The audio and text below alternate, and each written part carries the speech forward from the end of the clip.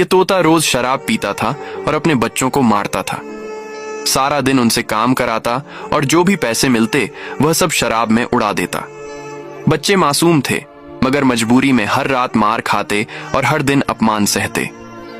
एक दिन दोनों बच्चे बीमार हो गए, फिर भी तोता ने उन्हें काम पर भेजा।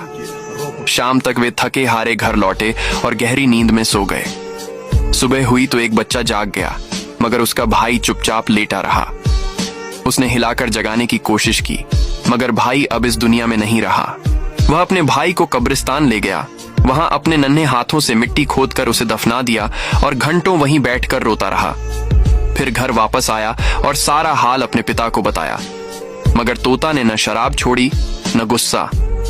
उसे कोई फर्क नहीं पड़ा। अब बच्चे का दर्द और गुस्सा हद से बढ़ चुका था। पूरी रात सड़क किनारे अकेला बैठा रहा। सुबह थका हारा वह नजदीकी थाने पहुंचा और पुलिस को सब कुछ बता दिया। पुलिस तुरंत कार्रवाई में आई और तोता को गिरफ्तार कर 20 साल की सजा दी। अब वह बच्चा रोज अपने भाई की कब्र पर जाकर बैठता और रोता रहता है। मगर तुमने इस भाई के लिए लाइक और सब्सक्राइब नहीं किया।